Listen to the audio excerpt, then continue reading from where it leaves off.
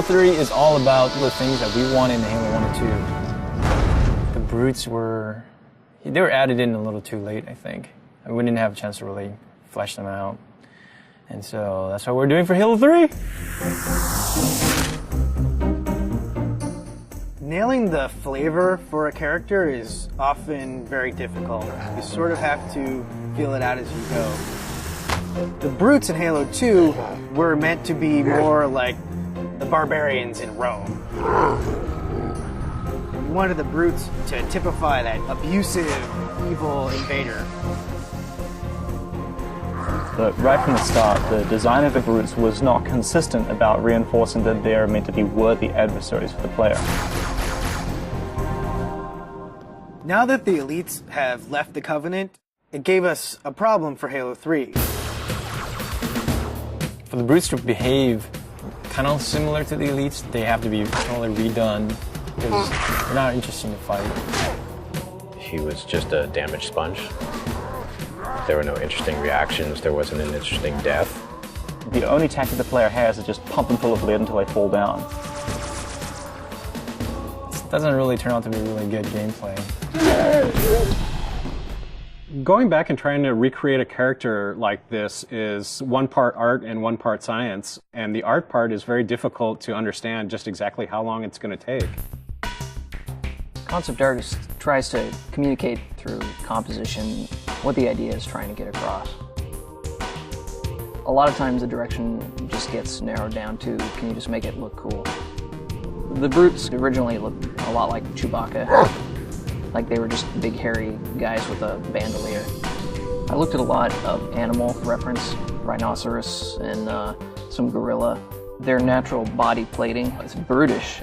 This was our way of kind of pulling them into the fold of the Covenant. They've got kind of ancient looking buckles and gauntlets and leather straps holding all that stuff together, making them a little more serious bad guy, I hope.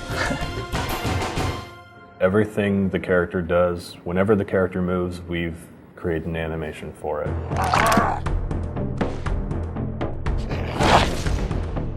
In which way that character moves, that kind of makes him unique. These days now we got our animation reference area upstairs. We just take it upon ourselves to go film us doing each individual motion and then work that into our animation. If a brute is punching the face off a Marine, we're going to embellish that. We're going to make him punch the jaw off too. We're going to make him just punch straight through that Marine. God damn, that looked like in real life. I was just like, that was awesome. When I look over and see Jeremy doing something, I'm like, oh, that's really cool. How can I work something like that into his moveset? It's exciting to see what Jeremy does tomorrow and what Bill does the next day. It's always a new... Me too. But not John. No. Not so much me. No. Nobody likes John. Players who are familiar with the brutes from Halo 2 will notice that these brutes are fully armed, fully equipped, and are not going to be pushovers.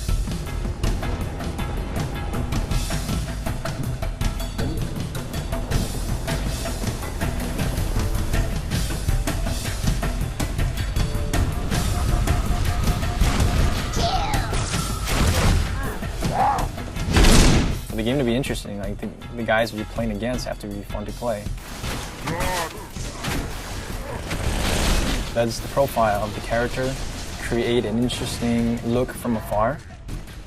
Is it fun to shoot at him when he runs around? Do you see his limbs moving up and down because there's things jutting up from the sides? Rather than make them look like big dumb apes, we want to make them very brutal, pragmatic warriors. And that's really informed a lot of the visual design.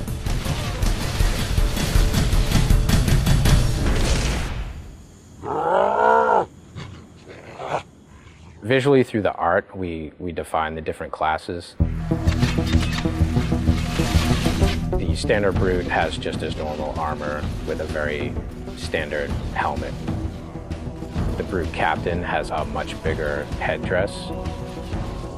And then the brute chieftains have very elaborate headdresses and very elaborate shoulder pads and armor on them. The interesting thing with some of the ideas that we came up with is not only do we need to figure out how the brutes interact with the other Covenant, but also how brutes interact with brutes. And we developed the idea of the brute pack. What makes it feel like two characters are aware of each other, deciding to do the same thing at the same time? Maybe you're kind of come around a corner and see them doing some sort of an activity that has nothing to do with fighting, but is going to give you sort of more insight into what the brute pack mentality is like. We have this really brutal behavior now, which is just the chieftain saying, everybody throw a grenade, and as a result, a second later, you have grenades flying in your face. That's always going to give the player a little bit of an adrenaline rush that, oh my god, now this guy's right up in my face, I have to back up and hit him hard. When the players kill him, they're like, oh man, I had to kill that guy. And then they go around a corner and there's like 4 more of them standing there, right? And they're like... I think that the brutes bring out sort of the indignant, self-righteous aspect of a lot of players.